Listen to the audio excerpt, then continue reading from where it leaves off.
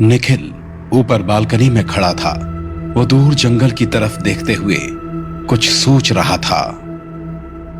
ये लोग जरूर कुछ बड़ा प्लान कर रहे हैं। आखिर कल ऐसा क्या है जो ये सब इतना परेशान है?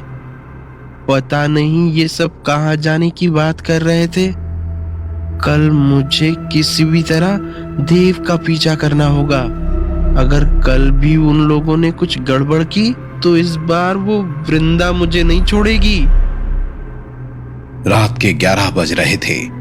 बाबा खंडहर से बाहर निकलकर जंगल के अंदर जा रहे थे। अचानक उनके पीछे तेज हवा चलती है। बाबा आवाज सुनकर पीछे मुड़ते हैं। वृंदा, तुम यहाँ क्या कर रही हो और मंदाकिनी को भी साथ लाई हो? तुम्हारे अचानक बिना बताए यहाँ आने की क्या वजह है? क्या कोई परेशानी है? आना तो हम भी नहीं चाहते, लेकिन तुमने हमें यहाँ आने पर मजबूर कर दिया है। जो बोलना चाहती हो सीधे सीधे बोलो। अभी मेरे पास पहेलियां बुझाने का वक्त नहीं है। बाबा, हमने तुम्हें एक छोटा सा काम करने के लिए कहा था। क्या तुमने पता लगा लिया कि 2 दिन पहले आधी रात को कौन घने जंगल में गया था? नहीं, ये पता करना बहुत मुश्किल काम है। तुम्हारी कितनी आत्माएं रात भर जंगल पर नजर रखती हैं। या तो तुम पूरी कोशिश नहीं करना चाहते, या तुम भूल चुके हो कि तुम्हारा एक राज अब तक मैंने छुपा कर रखा हुआ है। ऐसी कोई बात नहीं है। तुम्हें पता है ये जंगल कितना बड़ा है? हर रात कितने ही लोग यहाँ आते हैं, कोई फल तोड़ने के लिए तो कोई लकड़ी चुराने। हर किसी पर नजर नहीं रखी जा सकती। और तुमने मुझे साफ साफ बताया भी नहीं कि बात क्या है। तुमने जंगल में क्या छिपा कर रखा है और कहाँ छुपा कर रखा है? अगर तुम मुझे सारी बात बताओगी तो मुझे उनका पता लगाने में आसानी होगी। नहीं, तुझे ये सब जानने की कोई जरूरत नहीं है। तू बस हमें इतना बता, उस रात जंगल में कौन कौन गया था? अगर तुम मुझे पूरी बात नहीं बता सकती तो इस काम में समय लगेगा। बाबा, हमारे पास ज्यादा समय नहीं है। तुम्हें जल्दी किसी तरह उनका पता लगाना होगा। वैसे तुम इतनी रात अकेले जंगल में क्यों जा रहे थे? वो मैं तुम्हारा ही काम करने जा रहा था, अपनी आत्माओं से उस रात के बारे में पूछने। ठीक है, हम चलते हैं। जैसे ही तुम्हें कुछ भी पता चले हमें बुला लेना। अपनी बात कहकर वृंदा और मंदाकिनी वहां से एक हवा के झोंके के साथ गायब हो जाते हैं। अच्छा हुआ ये दोनों सही समय पर आए, वरना अगर थोड़ी देर बाद आते तो मुझे यहाँ न देखकर इन्हें शक हो जाता। अगर ये मुझे वहां देख लेते तो मेरा सारा काम खराब हो जाता। आज वहां जाने में बहुत जोखिम है। मुझे आज यहीं रुकना चाहिए। देव अपने रूम में अकेला बैठा हुआ कुछ सोच रहा था। कल का दिन हमारे लिए बहुत इंपॉर्टेंट है। पहले तो बस मेरी और अंजलि की जान ही दांव पर लगी थी, लेकिन अब हम सबकी जान बचाना मेरी जिम्मेदारी है। मुझे किसी भी तरह निखिल को भी यहाँ से सही सलामत निकालना होगा। भले ही अभी हम में कुछ मिसअंडरस्टैंडिंग्स है, लेकिन वो अब भी मेरा बेस्ट फ्रेंड है और हमेशा मेरा बेस्ट फ्रेंड रहेगा। देव, क्या मैं अंदर आ सकती हूँ? हाँ अंजलि, दरवाजा खुला है, प्लीज कम इन। क्या हुआ देव? अब तक सोई नहीं? काफी स्ट्रेस लग रहे हो। क्या तुम कल के लिए परेशान हो? हाँ अंजलि, कब से बस यही सोच रहा हूँ कि अगर कल मुझसे कोई मिस्टेक हो गई तो। तुमसे कोई मिस्टेक नहीं होगी देव, जैसे आज तक नहीं हुई। मुझे तुम पर पूरा भरोसा है। Thank you Anjali. वैसे तुम अब तक सोई कैसे नहीं? मैं काफी टाइम से सोने की कोशिश कर रही थी, लेकिन मुझे नींद ही नहीं आ रही।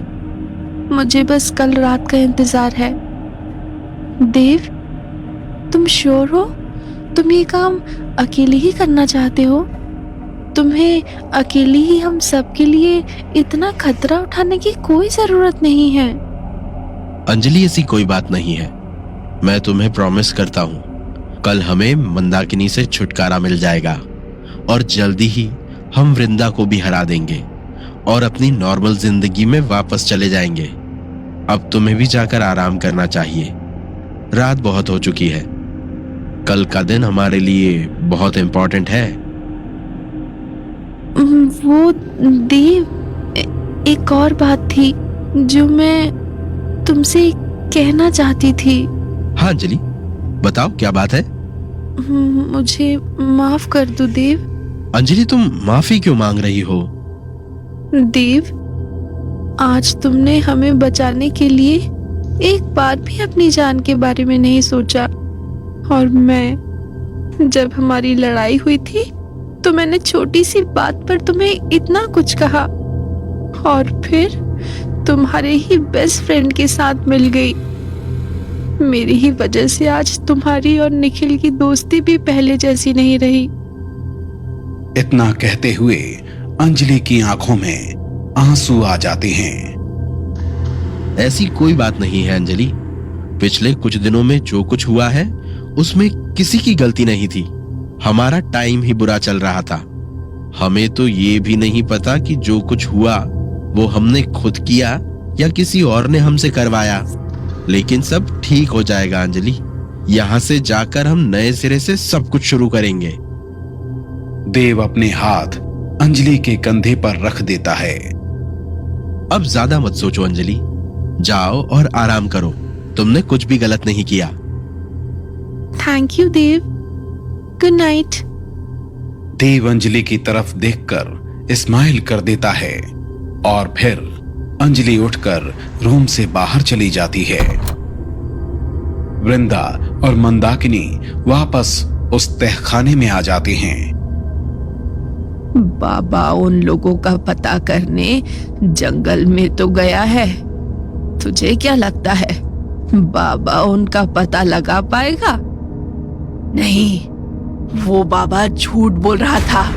वो जंगल में हमारा काम करने नहीं बल्कि कुछ और करने जा रहा था। वो जा ही रहा था और हमने उसे रोक लिया। इसलिए उसने हमसे कह दिया कि वो हमारे ही काम से जा रहा है। तू इतने यकीन के साथ कैसे कह सकती है कि बाबा झूठ बोल रहा था? उसने कहा था कि वो आत्माओं से उस रात के बारे में पूछने जा रहा है। वो कभी आत्माओं के पास नहीं जाता। आत्माएं उसके एक इशारे पर उसके पास आती हैं। और जब वो झूठ बोल रहा था तब मैंने उसके चेहरे पे डर देखा था, पकड़े जाने का डर। तो फिर हमसे झूठ बोलकर जंगल में क्या करने जा रहा था? उससे हमें मतलब नहीं है। बाबा कोई साधारण आदमी नहीं है। उसकी जिंदगी में भी हजारों राज दफन हैं। हमें बस उससे अपना काम पूरा करवाना है। रात के 2 बज रहे थे। महल की सारी लाइट्स बंद हो चुकी थीं और सभी अंदर सो चुके थे। अगले दिन सुबह सुबह देव, अंजलि, शुभम और अक्षय एक रूम में बैठे थे। शिल्पा और निखिल कहाँ है? वो दोनों अपने कमरे में सो रहे हैं। अभी हमारे पास 1 घंटा है। बताओ देव, तुमने हमें इतनी सुबह यहाँ क्यों बुलाया है? हम सबको पता है कि आज एकादशी है और आज हमें क्या करना है, लेकिन एक प्रॉब्लम है। प्रॉब्लम? कैसी प्रॉब्लम? जब मैं उस तहखाने में उस लाश को जलाने जाऊंगा तब वृंदा और मंदाकिनी भी वहां हो सकते हैं। तब तो हमारा सारा प्लान फेल हो जाएगा देव। अब हमें क्या करना चाहिए? अब हमारे पास केवल एक ही रास्ता है। जब मैं उस तहखाने में जाऊंगा तब हमें उनका ध्यान कहीं और भटकाना होगा। जब वो दोनों बाहर होंगे मैं मौका देखकर मंदाकिनी की लाश को अग्नि दे दूंगा। लेकिन हम उनका ध्यान कैसे भटकाएंगे? वही बात मुझे समझ नहीं आ रही। ऐसा क्या करे कि वृंदा और मंदाकिनी उस तहखाने को छोड़कर बाहर आए। मुझे पता है कि हमें क्या करना चाहिए। बताओ अंजलि, हम कैसे उसका ध्यान बटा सकते हैं? वृंदा की सबसे बड़ी परेशानी यहाँ कौन है? तुम। और कौन? तुम ही तो हो जिसके कारण पिछले जन्म में उसे देवराज नहीं मिल सका, और इस जन्म में भी देव को पाने के लिए तुम ही उसके रास्ते में आ रही हो। हाँ, इसीलिए अगर उसे मुझे मारने का मौका मिला तो वो उस मौके को कभी नहीं जाने देगी। तुम कहना क्या चाहती हो अंजलि? मैं आज रात अकेले जंगल में जाऊंगी।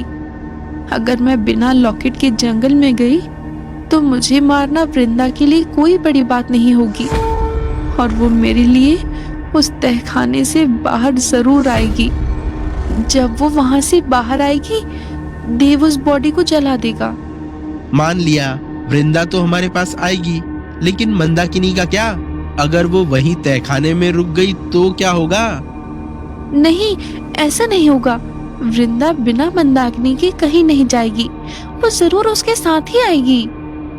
लेकिन अंजलि, उसके बाद तुम वहां से बच के कैसे निकलोगी? मैं वहां से बचकर निकल जाऊंगी। उसके लिए मेरे पास एक प्लान है।